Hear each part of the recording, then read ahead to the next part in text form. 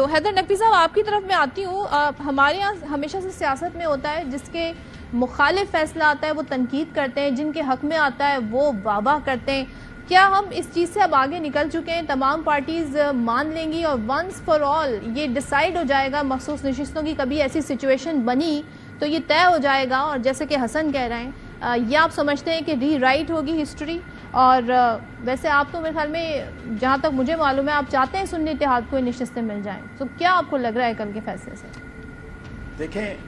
دیکھیں صدف, آپ نے بات کی کہ کیا ہم آگے بڑھیں گے. ہم آگے نہیں, ہم تو بہت پیچھے ویسے ہی جا چکے ہیں. لیکن فیصلہ آنے سے پہلے ایک بات میں یہ کرنا چاہوں گا کہ قانون کبھی بھی پاپولیرٹی کا تابع نہیں ہونا چاہیے. قانون کو ہمیشہ اپنا راستہ لینا چاہیے. اب رہ گئی بات قانون کی یا قانونی شقوں کی یا آئین کی یا عدالتوں کی یا ججوں کی یا وکیلوں کی, تو وہ تو بحث ایک چلی رہی ہے اور انہی کا کام ہے اس پہ بحث کرنا اور انہی کا کام ہے اس پہ فیصلہ کرنا. لیکن اب اس فیصلے کا تھوڑا اخلاقی اور سماجی طور پہ جائزہ لیتے ہیں, جو کہ بہت ضروری ہے اور پوری پاکستانی قوم کے لیے جاننا بھی بہت ضروری ہے.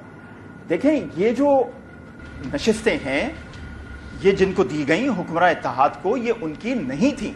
اور میں نے تب بھی یہ بات کی تھی, آپ اخلاقی طور پر ایک بہت بڑا جرم کر رہے ہیں یہ نشستیں لے کر. لیکن جب یہ بات آگے بڑھی, اس کے بعد پشاور ہائی کورٹ کے فیصلے کے بعد جب یہ سپریم کورٹ میں بات آئی, منصور شاہ صاحب نے اس پہ ایک اسٹے آرڈر دیا اور یہ کہا گیا کہ ہو سکتا ہے یہ نشستیں سنی اتحاد کونسل کی ہوں.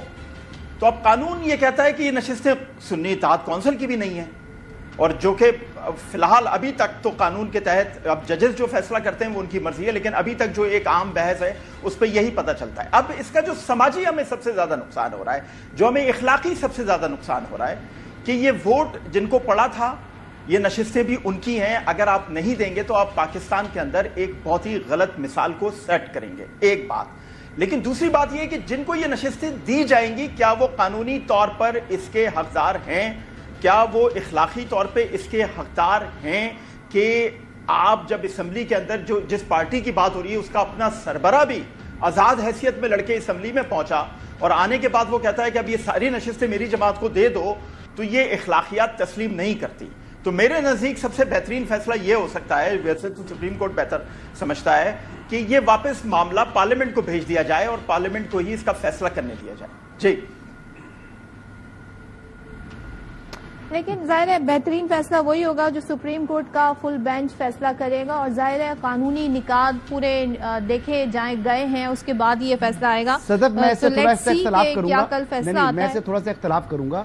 دیکھیں, سپریم کورٹ کا ہر فیصلہ بہترین فیصلہ نہیں ہو سکتا.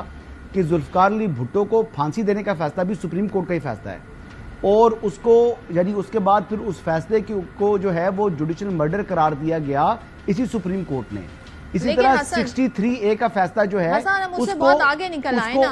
آپ جس ایرا کی بات کر رہے ہیں اس سے سبق بھی بہت سارا سیکھا گیا ہے. نہیں, اس سے آگے نہیں نکلے نا. پھر اس کے بعد ہم نے آئین کو ری رائٹ کیا. آج اس فیصلے کو ری وزٹ کیا گیا ہے. ہم نے 63A میں اگر اس فیصلے کو ری وزٹ نہیں کیا جاتا تو ہم سوچتے کہ بھائی آج بھی اس طرح کے فیصلوں کی گنجائش ہے. سپریم کورٹ نے چلیں آگے بڑھتے ہیں, ظاہر ہے ابھی مزید بھی ٹاپک ہے جس پہ بات کرتے ہیں.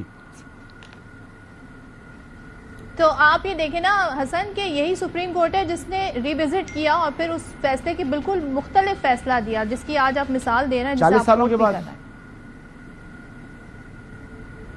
دیر آئے درست آئے. نہیں, ایک پرائم منسٹر کو پھانسی چڑھا دیا گیا, یہ الگ بات ہے کہ آپ نہیں مان رہے, لیکن بہرحال آگے بڑھتے ہیں.